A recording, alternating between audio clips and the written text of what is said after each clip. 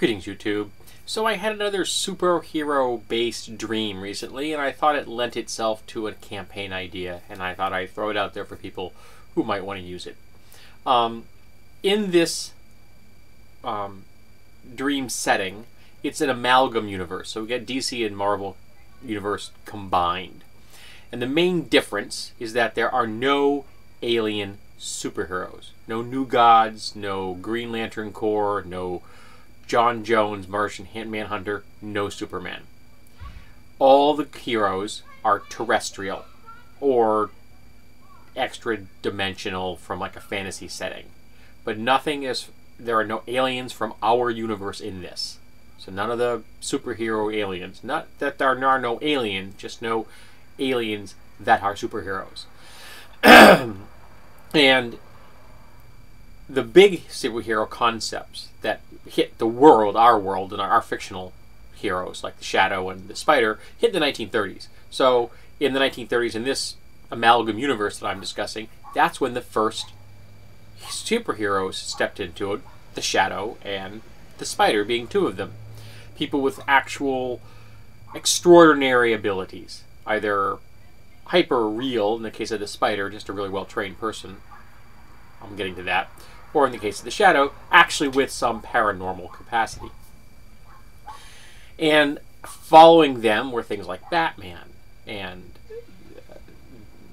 all the other heroes that rolled in after them in the 30s and the 40s, and then they blossomed in the 50s and so forth. And again, just the only difference being, excuse me, no aliens. So we have a universe where the heroes are real. And in the late 1940s, post-World War II, Wayne Industries, the Wayne Institute, one of the research branch of the Wayne Industries, discovers the reason for this. A gene. That every person with extraordinary abilities carries the same gene. And it is quickly dubbed by the press the God gene. Because essentially, it makes the bearers, in a very much classical Greek concept, gods. And it's discovered as more and more people are tested that even those people we thought were normal weren't. So Batman has the God gene, expressed in the fact that he is the peak of human performance on every conceivable level. Something that just isn't going to happen all in one person. The same thing with the Shadow, the same thing with the Spider. You get the idea. All of the heroes have this gene. And it's discovered that lots of people who aren't superheroes have this gene, and they're extraordinary athletes, or scientists, or statesmen, or stateswomen, or researchers. That all of these people, these unique abilities, are tied to this gene. Yes, I realize this. Don't think I'm downplaying human achievement. I'm not. This is simply a fictional setting for a role-playing idea. I'm not downplaying that ordinary people can do extraordinary things. Just run with it, okay? And the progress of this universe follows pretty much the way it did in the comic books. The Golden Era, the Silver Era, the Iron Era. The Golden Ages, I should say. Golden Age, Silver Age, Iron Age. Then we get into the 21st century. Now we're talking about the children and the grandchildren. And at this point, the heroes have figured out, by the late 90s and such, that if two metahumans have kids, their kids are going to be equally powerful in some way, often with a trait tied to the parent in some capacity. So, for example, you've got like I think it was a Spider-Man offspring who had the wall crawling, but he also had the ability to glide. So some other hero combined in there, so he could like leap from building to building and just float from building to building and stick to the walls, kind of thing. Not sure if he actually had webbing or not, but still strong, dexterous, that kind of thing. And so you're beginning to see all these powers mix and match. And when a metahuman and a normal human who doesn't have this gene have an offspring, it's always a metahuman. It's just a metahuman of lesser power. So many of the metahumans are now making sure they're only breeding with other metahumans. And by say 2025, there's like fully 30% of humanity has got some kind of gene inside them. It's discovered as they test more and more people. Some countries embrace this. Some nationalize their heroes. Some outlawed. Some persecute their capes, as they're often referred to, the metahumans. And then, at some point in the future, beyond that, we meet the first aliens. Or the aliens meet us. Because they've been watching us. And they've been watching us for a very specific reason. You see, we have one commodity that no one else amongst the known races in our galaxy has. The God gene. You see, only humans carry it. Whether they're mutants or wizards or shadowy detectives, all of them bear the God gene. And no alien does. And the aliens are intrigued. And we discover that while no alien can be given the God gene, this won't work, that anyone with the God gene is remarkably fertile with many of the alien species, because like every other science fiction universe, it's aliens with funny foreheads. So there's a lot of interbreeding. So you end up with a lot of half aliens, half humans, all who possess the God genes. So then you enter the next era, kind of like the Guardians of the Galaxy era, where you've got now humans, which is, Peter Quill is half alien and half human. In this universe, he would just be half alien and half human who happens to express the God gene. Which is also a good explanation for Peter Quill, because he's got some amazing abilities. We haven't quite figured out what they all are yet, but I'm sure we'll see in the future films.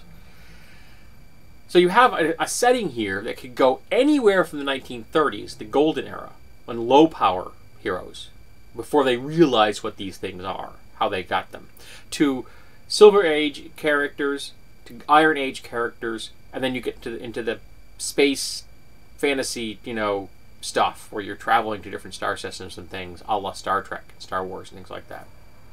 And all of the heroes possess the God gene to one degree or another. Now, this does mean playing a purely mundane character is going to be hard. It really is. Because if you don't have some kind of an edge, and without the God gene, you're going to have a major obstacle between you and your fellow players who do have the God gene. So that's up to the GM. Maybe it can figure out a way to give mundanes an edge of some variety. Maybe they're more versatile, like the classic humans in D&D. They're generalists. They're jack of all trades. So something. Just give them something that lets them be on par. What did World of Darkness do with Ordinary People? I can't remember. Because again, I never really read the setting at all. I tried. I just couldn't get into it. But I mean, I believe I've listened to enough videos that Gentleman has done to know that the humans had some kind of an edge. I just don't remember what it was. But that's the same concept here. So here you have a setting all inspired by this dream, which is that this God gene is what grants all of these heroes their powers. Now, some are born to it, so they have their powers kick in at childhood. Some hit the classic, their powers kick in at adolescence, mutants, things like that. And then you have some people who have to have a triggering event. The Hulk, Spider-Man, things like the Joker.